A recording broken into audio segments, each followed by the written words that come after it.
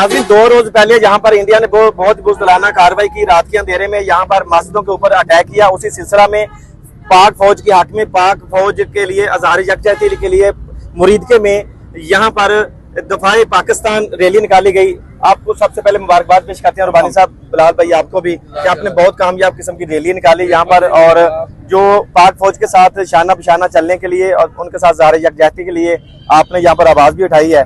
तो अभी मुरीदके में जो अटैक हुए हैं मस्जिदों के ऊपर या बहावलपुर में, जितने भी पाकिस्तान में अटैक हो रहे हैं, इनके बारे में क्या कहेंगे आप? मैं ये समझता हूँ कि इंडिया ने हमारी कौम को बेदार करने में किरदार अदा किया जी। हमारी पूरी कौम जो जज्बा जिहाद के लिए शायद पिछले 10 साल से पूरी दुनिया की ताकतों की वजह से सोई हुई थी, आज इंडिया के अटैक करने की वजह से, जो इंडिया ने मजलूम पाकिस्तानियों पे मसाजिद पे हमले किए हैं, इन हमलों की वजह से पूरी पाकिस्तानी कौम जज्बा जिहाद से सरशार होकर जाग उठी है।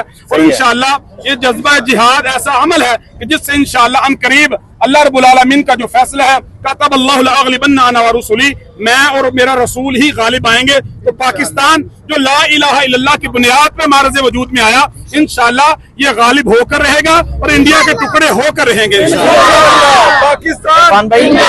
पाकिस्तान सवाल को जवाब दीजिएगा कि एक जो मोदी है वो वहाँ का चीफ ऑफ आर्मी स्टाफ तो नहीं है जी, नहीं, वजीर आजम है जी हाँ। और पाकिस्तान को वो धमकी में बहुत ज्यादा धमकियां दे रहा है जी, मैं पाकिस्तान को निस्तनबूद कर दूंगा, मैं खत्म भी कर दूंगा, तौबा नौज़ुबिल्लाह, उसकी जो हसीयत ही रहेगी, उसको ख्वाब भी देखता रहेगा ऐसे।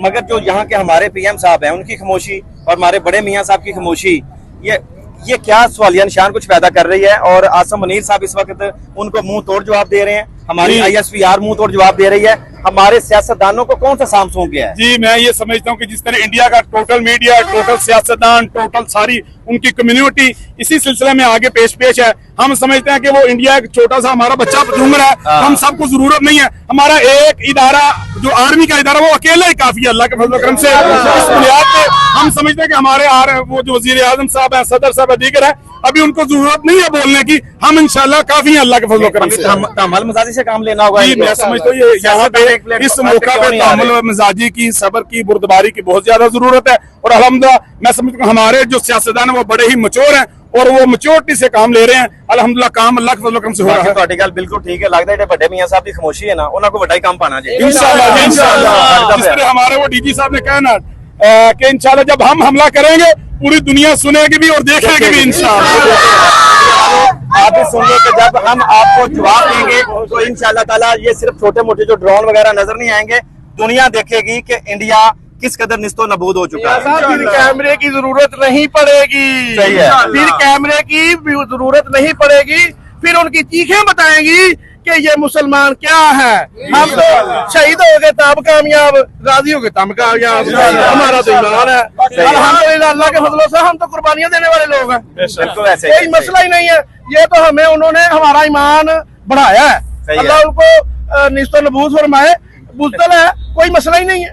अच्छा, हमारे 3 शहीद हुए, अल्हम्दुलिल्लाह पूरा मुरीद के इकट्ठा हो गया। बिल्कुल ऐसे ही है। 3 शहीदों ने पूरे मुरीद को जुगा दिया, तमाम मसले इकट्ठे हो गए, पाकिस्तान इकट्ठा हो गया अल्लाह के फजलो करम से। और हमारा ईमान है, जो कलमा पढ़ने वाले हमारे भाई हैं, कोई इशू नहीं है इंशाल्लाह। और ये उन्होंने हमें एक करने के लिए बहुत कुछ कर दिया। बहुत शुक्रिया, बहुत शुक्रिया। अस्सलाम वालेकुम।